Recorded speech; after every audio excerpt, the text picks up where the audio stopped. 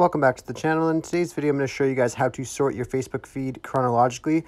So Facebook's algorithm typically puts whatever they think that you want to see on your feed right away. This will just put the most recent posts first. So if you want to see the most recent posts, this is exactly how you do it on your Facebook app on your iPhone. So I'm just going to head over to Facebook really quick. And I'm going to show you guys, you just go to the bottom 3 lines in the bottom right corner. You just want to click on that, scroll down, and then you see an option most recent. So you just want to click on that. And then as you guys can see, it is now the most recent post.